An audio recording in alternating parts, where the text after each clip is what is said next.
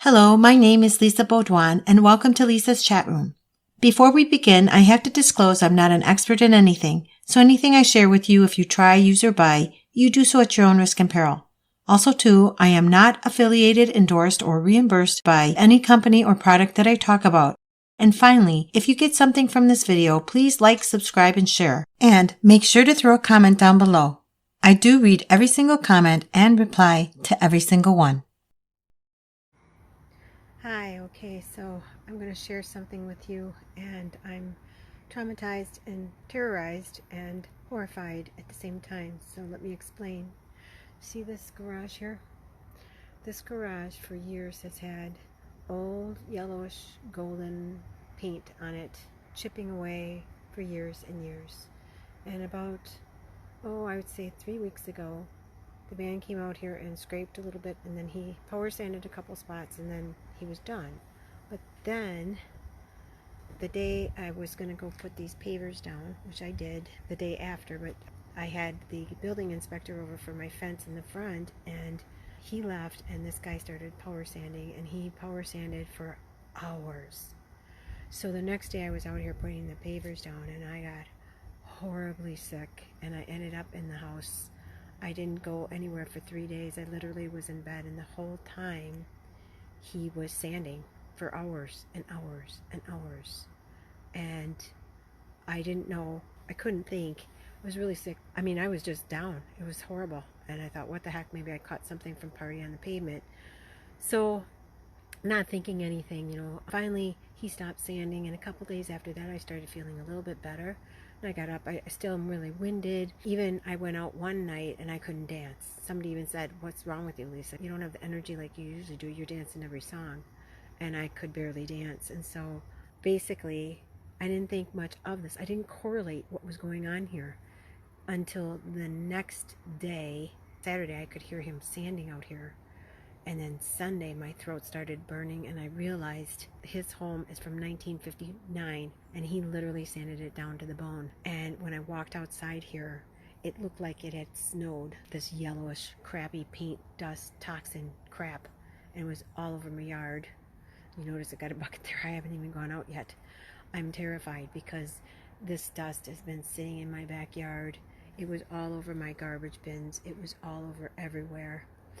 It's still, even like you can see it on here, it's poured and poured and poured, and it's still here a little bit here. It's in the front. I'm going to show you. It's on a bench in the front, and it's in my home, and I'm breathing it in, and I can tell I'm not myself. I feel foggy, winded, tired. Usually I'm a worker. We all know that. We all know, look what I did, okay? I did this in 2 hours, put all the little bricks down that Bonnie's son Stan had given me. So, I mean, I'm a worker, and I can't even barely think the past couple of days to get out here. So it's all over in my grass. It's all over in my house. I have been cleaning my house over and over and over and trying to get the dust out. And I'm traumatized. I'm terrified that this is lead paint. And see, the way that his garage is, where he sanded, it all came over on my side of the yard. I'm devastated. So what I did, I went and knocked on his door. I was going to talk to him, but he never answered the door. So I wrote him a letter and said, "Do you realize that you are sanding into my house, into my yard?" September 24th, 2023. Hello, neighbor at... I'm giving you a heads up. I stopped by to talk to you today. You've been sanding your garage for over a week now, and it has left dust all over my yard, my gardens, my car, but just as bad in my house and in my lungs, which are burning. A day after you started sanding, I became horribly ill. I've had to breathe in the dust as my air conditioner is in the back of my home. Then you stopped for a few days, and I felt I was getting better, but now you sanded again yesterday, and my lungs are now burning again. This is a highly upsetting situation.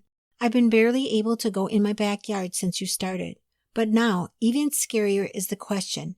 Did you get that paint checked for lead before deciding to sand and leave that toxic dust floating all over? I have no clue, and I have no clue how toxic that paint is. If this dust is toxic or has lead in it, then cutting the grass and hosing it down might make it seep into the grass where I walk or the gardens where I plant things, where my kids and my grandbabies walk. So I have no choice here. I've emailed the permit officer, who's the Racine building inspector, asking if he can come here tomorrow and help me start the process to test for lead and toxins. So hopefully he can tell me what to do. And unfortunately for you, if there's any cost to cleaning up my yard, my house, or issues to my health because of this, then I'm going to expect you to pay for it. I hate this to happen, but I didn't do this. You did. There are laws, and at the least you could have done was taken precautions against letting paint dust fly all over. So I'm hoping the inspector contacts me right away, but I'll have him contact you after that, which you can also call him. So you can either be amicable about this or not. It's completely up to you, but none of this is my fault. But I do suggest for the safety of myself and your neighbors, as well as yourself and the pets around this area, you may want to rethink on doing any more sanding or work on your garage until the inspector has reviewed this issue. The building inspector's name is below. Lisa Baudouin. My girlfriend, we went out to breakfast, and by the time I came back, he had frickin' painted. Within a matter of 2 to 3 hours, it was all painted. In other words, he doesn't care about me. He only cares about himself. But now I got to deal with this. What I got back from the city inspector was this email. Hi, Lisa. I was out of the office yesterday. I am so very sorry to hear that the neighbor's project is causing all these problems. This sounds like it may very well be lead dust. The city cannot come out and test your property at this time. Yes, I was recently certified by the state to do lead investigation, but the city doesn't have authority by ordinance for my department to actually do those investigations as of yet. The health department has authority to come out and test only if there is a child below the age of 6 who has tested positive for elevated blood levels of lead. You would need to find an independent lead contractor in this situation. The EPA may be able to do something. Below are also some links to the State of Wisconsin Department of Health Services website. They have a list of certified companies that test and mitigate lead. This is the best I can do for you in this situation. You can consider to take civil action against him as well. That you would certainly need to speak with an attorney about. Thank you. And then the name of the investigator is down below, but it is hidden for privacy's sake. So from there, I did reach out to the city. I will talk about that in the next video. So first of all, I contacted the city. Then I contacted the EPA and I filed a complaint. So I'm waiting on them. And I also contacted the state, and I'm not sure what they're investigating right now. I don't know if they could have given a fine, and they're sure not going to help me with my situation. What am I supposed to do? And as far as I'm aware, had this man been a contractor, he would have had to know and follow certain protocols of safety measures to protect hazardous materials from escaping into the environment and air, such as testing for lead, using HEPA filtration on his grinders or his sanders, containing the potential hazardous dust from paint and airborne particles of wood, and specific cleanup using an OSHA-regulated HEPA vacuum cleaner, which according to the U.S. Environmental Protection Agency, which is the EPA in the United States, HEPA stands for High Efficiency Particulate Air, referring to a type of air filter designed to capture a very high percentage of airborne particles, typically at least 99.97% of particles as small as 0.3 microns in diameter. Essentially, it's a highly effective air filter used to remove dust, pollen, mold, bacteria, and other allergens from air. That also includes lead dust.